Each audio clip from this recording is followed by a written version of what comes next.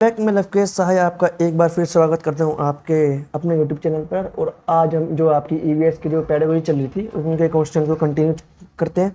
तो चलिए स्टार्ट करते हैं अपने फर्स्ट क्वेश्चन से। आपका पहला क्वेश्चन है, आंचल अपनी कक्षा 5वीं में पर्यावरण अध्ययन की कक्षा में अक्सर गहन जांच पड़ताल कर वाले और कल्पनापरक प्रश्न पूछती है।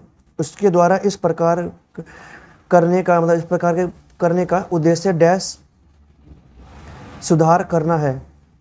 अब वो क्वेश्चन ऐसे करती है पर्यावरण की क्लास में, जो 5th क्लास में पढ़ती है लड़की, वो गहन जांच करती है चीज़ों की कि पौधे किस तरीके से बनते हैं, मतलब उनका ग्रोथ कैसे होती है, इन पे इसी तरह कलर क्यों होता है, ठीक है ना। कुछ कल्पना परक भी क्वेश्चन करती है। तो उससे क्या होगा, उसमें वो किस चीज़ में सुधार कर रही है, अपने अवलोकन तो कर रही है, लेकिन वो सोच भी रही है। संवेगात्मक नहीं होगा और बोलने संबंधी कौशल भी नहीं होगा, ये होगा आपका चिंतन। वो चिंतन भी कर रही है, अवलोकन भी कर रही है, ठीक है। तो यहाँ पर आपका चिंतन ज़्यादा अच्छा है। यहाँ पर मतलब जो ज़्यादा इस क्वेश्चन के अकॉर्डिंग जो रिलेटिव क्वेश्चन है, जो ऑप्शन है वो थर्ड है आपका। तो यहाँ पर चिंतन कौशल में सुधार कर रही है, ठीक है। नेक्स्ट क्वेश्चन है आपका, हरप्रीत अपने शिक्षार्थियों को यह सुझाव देना चाहती है कि पर्यावरण संरक्षण के लिए किस प्रकार एक व्यक्ति सबसे अच्छे संभावित तरीके से अपना योगदान दे सकता है। उनका सबसे बेहतर सुझाव हो सकता है आने जाने के लिए सार्वजनिक साधनों का उपयोग करना। बिल्कुल सही। अब हर कोई अपनी बाइक या कार लेकर चलेगा तो ज़्यादा पोल्यूशन होगा, है ना। दूसरा है नॉइस पोल्यूशन भी होगा। दूसरा ऑप्शन आपका कार, स्कूटर आदि जैसे व्यक्तिगत वाहन ना खरीदना। देखो खरीदना भी गलत है। इससे क्या होगा, इकोनॉमिक्स जो आपके इकोनॉमिकल जो वो है जीडीपी है उस पर इफेक्ट पड़ेगा, ठीक है ना। अर्थव्यवस्था पर प्रभाव पड़ेगा इसका। और थर्ड ऑप्शन आपका घर से बाहर अक्सर आने जाने से बचना, ये भी गलत है। इंपॉर्टेंट काम भी हो सकते हैं तो आपका जाना ही पड़ेगा। तो और फोर्थ ऑप्शन अपने व्यक्तिगत वाहन के इंजन की नियमित जांच, ये भी ठीक है, लेकिन जो ज़्यादा सही है वो है आपका फोर्थ ऑप्शन। इसमें आप बाहर भी जा सकते हो, ठीक है ना। पोल्यूशन भी बहुत कम हो रहा है। अब एक कार है, 4 लोग जा सकते हैं उसमें बैठ के, 5 भी जा सकते हैं। और फोर्थ ऑप्शन है इंजन की जांच करना, ये भी फर्स्ट ऑप्शन में हो जाएगा आपका। आप जब जाओगे, जब ज़्यादा लोग जाएंगे तो कंट्रीब्यूट करके आप इंजन की जांच भी करा सकते हो यदि आप जा रहे हो तो, ठीक है। तो यहाँ पर आपका फर्स्ट ऑप्शन बिल्कुल ठीक है यहाँ पर। नेक्स्ट क्वेश्चन आपका, प्राथमिक स्तर पर पर्यावरण अध्ययन के शिक्षण में और कविताओं का प्रभावी ढंग से उपयोग किया जा सकता है। पर्यावरण अध्ययन में इनके उपयोग का मुख्य उद्देश्य है, देखो आपकी जो 3rd से लेकर 5th तक जो एनवायरमेंटल स्टडीज़ की जो आपकी बुक है उनमें जो है कहानी के थ्रू बच्चों को बता रखा है कि पेड़ का क्या इंपॉर्टेंस है ना, पानी का क्या इंपॉर्टेंस है, या आवाज़ का जो भी है, या फिर आपके दोस्त या मित्र कैसे बनाए, कैसे होते हैं, मतलब ऐसे आपको टॉपिक दे रखे हैं, 6 थीम्स दे रखी हैं। तो उनको कहानियों के थ्रू बताया गया है। अब बता रहे हैं इसका मुख्य उद्देश्य क्या है, कक्षा की विविधता की पूर्ति, जो आपका फर्स्ट ऑप्शन है। दूसरा, सीखने के लिए संदर्भगत वातावरण प्रदान करना। थर्ड ऑप्शन है पाठों को आनंददायक बनाना। और फोर्थ ऑप्शन आपका भाषाई कौशलों को बढ़ावा देना। देखो भाषाई कौशल को बढ़ावा देना नहीं है, पाठों को आनंददायक बनाना भी नहीं है, और कक्षा की विविधता की पूर्ति करना भी नहीं है। सबसे जो मेन जो सही ऑप्शन है वो है सेकंड ऑप्शन आपका सही है। सीखने के लिए संदर्भयुक्त वातावरण, हमें एक संदर्भ देना, किस कंटेक्स्ट में हम बात कर रहे हैं, ठीक है ना। तो यहाँ पर आपका सेकंड ऑप्शन बिल्कुल ठीक है। नेक्स्ट क्वेश्चन है आपका, राष्ट्रीय पाठ्यचर्या रूपरेखा, नेशनल करिकुलम फ्रेमवर्क, जो आपका 2005 का है, नेट कक्षा 1 और 2 के लिए पर्यावरण अध्ययन के किसी पाठ्यक्रम या पाठ्य पुस्तकों की संस्तुति नहीं की है। मतलब कहने का मतलब यह, इसके लिए सबसे उपयुक्त कारण क्या है। कहने का मतलब यह है कि जो एनसीएफ जो 2005 है उसने ऐसा कोई सजेस्ट नहीं करा कि फर्स्ट क्लास में और सेकंड क्लास में भी होना चाहिए जो एनवायरमेंटल स्टडीज़ की जो अपनी बुक्स है, ठीक है ना। 3rd से उन्होंने स्टार्ट कराई है, ऐसा क्यों। अब यहाँ पर ऑप्शन दे रखे हैं, पाठ्यक्रम का भार कम करने के लिए हो सकता है, पर्यावरण अध्ययन केवल कक्षा से आगे की कक्षाओं के लिए, अच्छा दूसरी कक्षा से आगे की कक्षाओं के लिए है, ये तो गलत है, ऐसा भी नहीं है। कक्षा और के शिक्षार्थी पढ़ना लिखना नहीं जानते, मतलब कक्षा 1 और 2 के जो स्टूडेंट्स हैं पढ़ना लिखना नहीं जानते, ये भी गलत है। संदर्भयुक्त अधिगम परिवेश प्रदान करना, हमने फर्स्ट और सेकंड जो आपकी क्लास है बच्चों की, उनमें फर्स्ट और सेकंड क्लास में हमने बुक इसलिए नहीं लगाई क्योंकि बच्चा इस चीज़ को नहीं समझ पाया। दूसरी बात, बच्चा जब स्कूल में जाता है तो उसे प्लेग्राउंड दिखता है, उसे पक्षी दिखते हैं, ठीक है ना। तो टीचर इन्हीं के थ्रू बच्चों को मतलब बता देता है, ठीक है, उनको इन्हीं के थ्रू वर्बली बता देता है कि हमें किसी पेड़ पौधे को नुकसान नहीं पहुंचाना, हमें किसी जीव जंतु को नहीं मारना, ठीक है ना। तो यहाँ पर हम संदर्भ के अकॉर्डिंग चलना है। यदि हम बुक यहाँ पर प्रोवाइड भी करा देते हैं बच्चों को, टीचर पढ़ाने की कोशिश भी करता है, पहली बात तो बच्चे बुक से नहीं समझ पाएंगे क्योंकि बहुत छोटी क्लास के बच्चे, फर्स्ट और सेकंड। दूसरी बात, बच्चे को यहाँ पर प्रैक्टिकली चीज़ें नज़र आ रही है कि पेड़ है, हमें पेड़ को नहीं तोड़ना है, ठीक है। पक्षी है या फिर जैसे स्कूलों में कुत्ते बिल्ली होते हैं, उनको हमें मतलब नुकसान नहीं पहुँचाना है। तो ये चीज़ें जो टीचर प्रैक्टिकली बच्चे को समझ जाता है और बच्चा डायरेक्ट इनसे इंटरेक्ट करता है, ठीक है ना, समझता है इन चीज़ों को। तो इसलिए यहाँ पर हमने फर्स्ट और सेकंड क्लास में बुकों को नहीं इशू किया गया है, ठीक है ना। नेक्स्ट क्वेश्चन आपका, प्राथमिक कक्षाओं में पर्यावरण अध्ययन के लिए निम्नलिखित सभी सामान्य उपागमों का अनुपालन किया जाना है, केवल इसे छोड़कर, ठीक है ना। हमें उपागम कौन कौन से हम यूज़ करते हैं यहाँ पर स्कूल में प्राथमिक स्तर पर, वह मूर्त से अमूर्त। पहले हमने बच्चे को दिखाई कि ये कुत्ता है, ब्लैक बोर्ड पे भी लिखा ये कुत्ता है, ठीक है ना। बाद में कुत्ते को जो चित्र हमने वो हटा दिया, ठीक है, क्योंकि हर बार तो कुत्ते का चित्र या फिर हम कुत्ते को क्लास में नहीं दिखा सकते। तो हमने पहले बच्चे को दिखाया कि ये चीज़ कुत्ता है, 4 पैर होते हैं, इसकी 1 पूंछ होती है, ठीक है। फिर हमने बच्चे को पेड़ दिखाया, सेब दिखाया, पेंसिल दिखाई, ये चीज़ हमने पहले बच्चे को दिखाएंगे, तो ये होती है मूर्त। फिर जब हमने बच्चे को चीज़ दिखाना बंद कर दी और हमने सिर्फ बोला कि कुत्ता है एक, तो बच्चा इसको अपने माइंड में एक इमेज बना लेता है, ठीक है। तो ये हो गया अमूर्त। तो हम मूर्त से अमूर्त की तरफ चलते हैं। पर हम बच्चों को आसान चीज़ें बताते हैं, फिर कठिन चीज़ें बताते हैं, ठीक है। आपकी क्लास में जो आपके चैप्टर्स दे रखे हैं वो इसी तरह से दे रखे हैं कि 3rd क्लास में आसान है और 5th क्लास में कठिन है, तो ये भी ठीक है। स्थानीय से परिवेश, विश्व मतलब स्थानीय से वैश्विक। हम पहले स्थानीय लेवल पर बात करते हैं, स्कूल के लेवल पर जो बच्चे के आसपास है, ठीक है। फिर हम स्कूल से लेवल फिर हम बाहर जाते हैं जिले पर, जिले से फिर हम राज्य के उस पर जाते हैं, फिर राज्य से फिर स्टेट के उस पर जाते हैं, फिर विश्व पे जाते हैं। तो ये 3rd ऑप्शन भी आपका ठीक है। जो 4th ऑप्शन आपका वो गलत है, मूर्त से अमूर्त। तो यहाँ पर आपका 2nd ऑप्शन गलत होगा। यहाँ पर सेकंड में केवल डी दे रखा है, केवल डी खराब है, मतलब गलत ऑप्शन है यहाँ पर। नेक्स्ट क्वेश्चन है आपका, पर्यावरण अध्ययन के शिक्षण से उन प्रक्रियाओं पर आधारित कौशलों को बढ़ावा दिया जाना चाहिए जो पूछताछ आधारित प्रत्यक्ष अनुभवों के केंद्र बिंदु है। निम्नलिखित में से कौन सा एक ऐसा कौशल नहीं है। हमें ऐसी जो है एक्टिविटी या हमें ऐसा वर्क देना है, बच्चे को ऐसी चीज़ें करानी है जिसमें बच्चा डायरेक्ट एक्सपीरियंस ले सके उससे, ठीक है ना, और पूछताछ कर सके, ठीक है।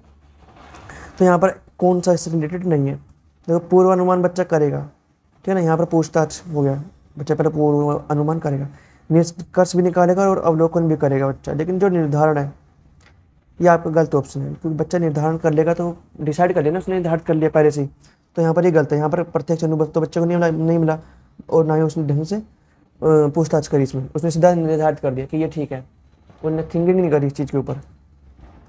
नेक्स्ट क्वेश्चन है आपका, प्राथमिक कक्षाओं में पर्यावरण अध्ययन पढ़ाने के लिए निम्नलिखित में से कौन सा उद्देश्य संबंधित नहीं है। अब आपको उद्देश्य बताना, ठीक है।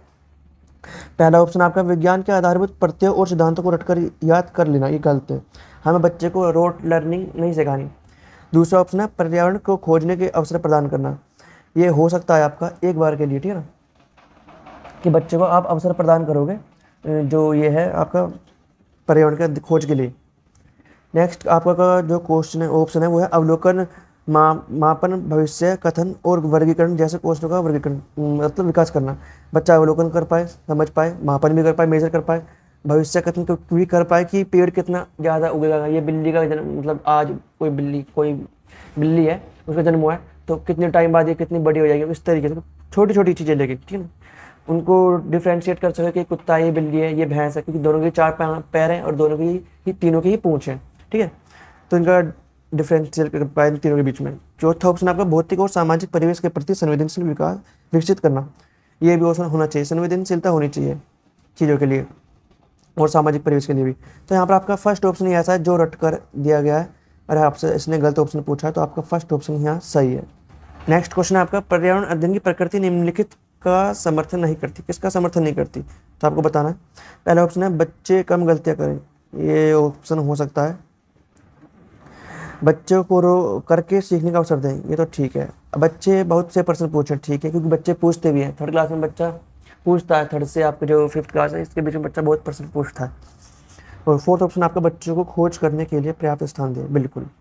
तो फर्स्ट ऑप्शन ही ऐसा है कि जो गलत है यहाँ पर और उसने वही पूछा है, क्योंकि बच्चे कम गलतियाँ करें। बच्चा तो गलती करेगा, एक नहीं 10 बार करेगा, ठीक है ना, गलती कर करके ही बच्चा सीखेगा। यदि आपने थॉर्नडाइक की थ्योरी पढ़ी हो तो उसमें उसने बिल्ली पर एक्सपेरिमेंट करा था, उसने यही बताया था कि गलती कर करके ही इंसान सीखता है, ठीक है। तो यहाँ पर आपका फर्स्ट ऑप्शन बिल्कुल ठीक है। ये क्वेश्चन आपका, पर्यावरण अध्ययन के शिक्षा शास्त्र के संदर्भ में सिवाय डैश के निम्नलिखित सभी वांछनीय अभ्यास हैं। नेक्स्ट क्वेश्चन आपका, पर्यावरण अध्ययन के शिक्षा शास्त्र के संदर्भ में सिवाय डैश के निम्नलिखित सभी वांछनीय अभ्यास हैं। अब आपको बताना है कौन कौन से हैं, मतलब कौन सा एक है। आलोचनात्मक चिंतन और समस्या समाधान के लिए क्षमता संवर्धन करें, ठीक है ना। तो आलोचनात्मक चिंतन और समस्या समाधान के लिए क्षमता संवर्धन करें, ठीक है, वृद्धि करनी चाहिए हमें इन दोनों की वृद्धि करनी है। सेकंड ऑप्शन है आपका, बच्चे की अस्मिता व्यक्तित्व का पोषण करना, ये भी ठीक है। थर्ड है, वास्तविक अवलोकन के स्थान पर पाठ्य पुस्तक ज्ञान की श्रेष्ठता को स्वीकार करना। देखो बच्चे को यदि हम थर्ड और फिफ्थ क्लास में वास्तविक चीज़ें की जगह हम यदि बच्चे को सिखाएंगे कि भाई किताब पर ज़्यादा जोर देंगे तो बच्चा नहीं सीख पाएगा। बच्चा ही छोटा है, वो प्रैक्टिकली चीज़ों को ज़्यादा समझता है, किताब को कम समझता है, ठीक है ना। किताब तो सिर्फ एक जरिया है कि बच्चे को ये चीज़ें लिखित रूप में मिल जाए, ठीक है ना। फोर्थ ऑप्शन है, पाठ्य वस्तुओं और संदर्भों की बहुलता को बढ़ावा देना, ये भी ठीक है। तो यहाँ पर आपका थर्ड ऑप्शन बिल्कुल जो है ये वांछनीय, ये गलत है। इसके अलावा तीनों ठीक है। और आपका नेक्स्ट क्वेश्चन है, राष्ट्रीय पाठ्यचर्या की रूपरेखा वर्ष 2005 के अनुसार निम्नलिखित में से कौन सी एक पर्यावरण अध्ययन की विषय वस्तु थीम है। तो देखो यहाँ आपको 6 थीम दे रखी है, ठीक है ना। जैसे आवास हो गया, आपका पानी हो गया, यहाँ पर आपको 6 थीम दे रखे हैं जिनमें से भोजन एक है, ठीक है। ये तीनों नहीं है, सौर मंडल है, मौसम है या ऊर्जा है। नेक्स्ट क्वेश्चन है आपका, निम्नलिखित पर्यावरण अध्ययन के पाठ्यक्रम जिसे 6 उप विषयों के चतुर्दिक निर्मित किया गया है में पौधों और पशुओं को जानबूझकर परिवार और मित्र उप विषय के अंतर्गत सम्मिलित किया गया है।